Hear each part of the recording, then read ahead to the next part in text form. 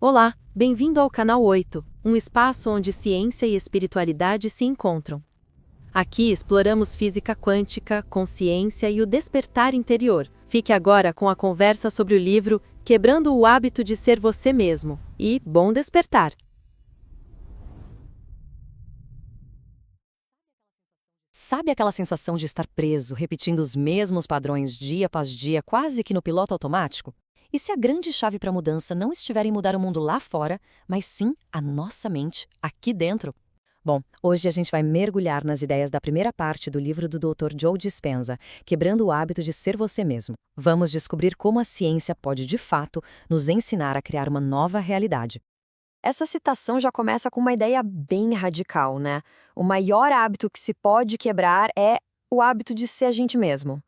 Soa meio esquisito, eu sei, mas a premissa é que a nossa identidade, aquilo que a gente acredita que é, pode ser, na verdade, a nossa maior prisão. A pergunta que o livro joga no nosso colo é: e se a nossa consciência tivesse o poder de verdade, moldar a realidade? Tá, mas para ver se essa ideia toda tem algum pé na realidade, vamos para um caso bem fascinante. Imagina só o cenário. A capital dos Estados Unidos, em 1994, estava no meio de uma onda de violência absurda. O crime parecia incontrolável. Foi exatamente nesse lugar que um grupo de cientistas resolveu testar o poder da mente de um jeito que ninguém nunca tinha visto. A proposta deles era, no mínimo, audaciosa. Eles queriam reunir milhares de pessoas treinadas em meditação para focarem juntas em sentimentos de paz. A ideia era ver se isso teria algum efeito na cidade. A previsão era uma queda de 20% no crime. O chefe de polícia da época, claro, achou a ideia ridícula. Ele chegou a dizer que a única coisa que faria o crime cair tanto assim seria uma nevasca de 30 centímetros que paralisaria a cidade inteira. E então, o que parecia impossível aconteceu. Sem nenhuma nevasca, sem nenhuma intervenção policial extra, o crime violento não só caiu, ele despencou, 23%. Estatisticamente falando, a chance disso ser só uma coincidência era praticamente zero. A pergunta é: como isso é possível? Para a gente entender, a gente precisa primeiro desconstruir a nossa visão de como a realidade funciona. Certo, para a gente entender como a mente pode influenciar uma matéria, a gente precisa primeiro dar uma olhada no modelo de realidade que a maioria de nós aprendeu na escola. É aquela visão de mundo mais antiga, a newtoniana, onde o universo é tipo uma máquina, sabe? Tudo previsível, tudo mecânico. Nesse modelo, o universo funciona como se fosse um grande relógio. Tudo é físico, tudo é sólido e previsível. A mente e o corpo são vistos como coisas separadas, quase como um fantasma dentro de uma máquina. Nesse mundo, a gente seria como bolas de bilhar, só reagindo a forças externas, sem muito poder para mudar o rumo do jogo. Mas aí, lá no comecinho do século XX, a física quântica chegou e virou essa mesa de ponta cabeça. Ela nos apresentou uma realidade completamente nova, governada não por coisas sólidas, mas por energia e por infinitas possibilidades. Bem-vindo ao campo quântico. E aqui a coisa fica realmente maluca. O modelo quântico mostra pra gente que tudo isso que a gente considera sólido, na verdade, é 99,9% espaço vazio e energia. O nosso corpo, a cadeira, a mesa, tudo é um campo de informação vibrando. A gente é muito mais onda do que partícula, existindo num oceano de potencial infinito. E é exatamente aqui que a gente entra na equação. O tal defeito do observador é um princípio básico da física quântica. Ele diz que as partículas existem num estado de pura possibilidade, tipo uma nuvem de talvez, até que um observador, uma consciência, olhe para elas. O simples ato de observar transforma a possibilidade em realidade.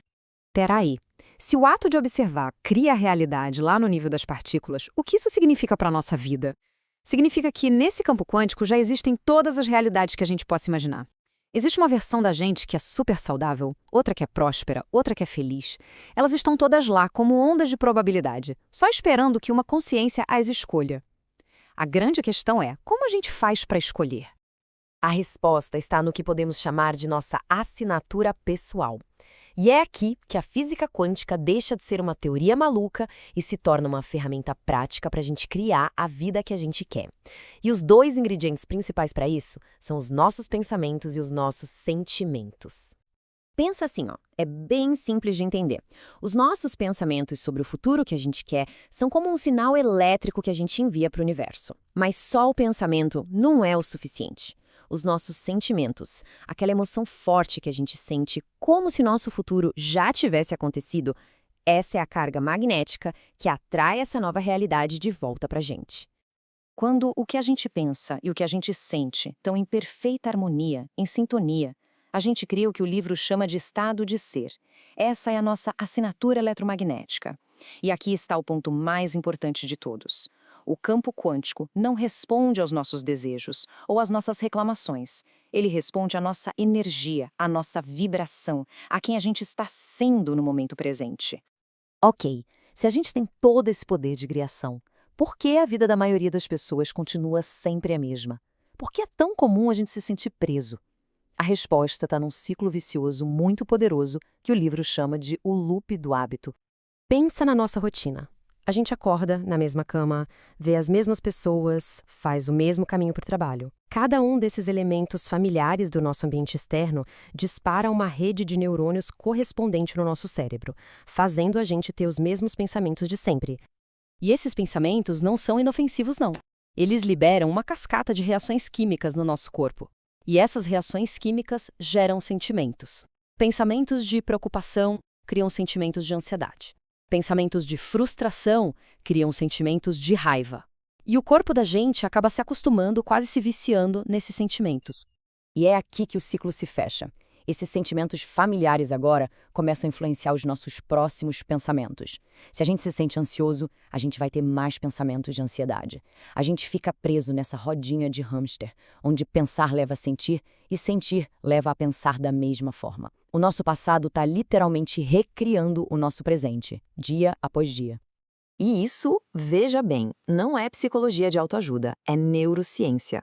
Aquela famosa frase, células nervosas que disparam juntas permanecem conectadas, significa que quanto mais a gente repete esses caminhos de pensamento e sentimento, mais eles se tornam o nosso padrão. A gente literalmente programa nosso cérebro e nosso corpo para serem uma cópia do nosso passado. Então, como é que a gente quebra esse ciclo? A resposta e a chave para toda e qualquer mudança é esta. É preciso decidir ser maior que o próprio ambiente. A verdadeira transformação acontece quando os sentimentos e os pensamentos internos se tornam mais poderosos, mais influentes do que as condições do mundo externo. O que nos deixa com esta pergunta, que é crucial.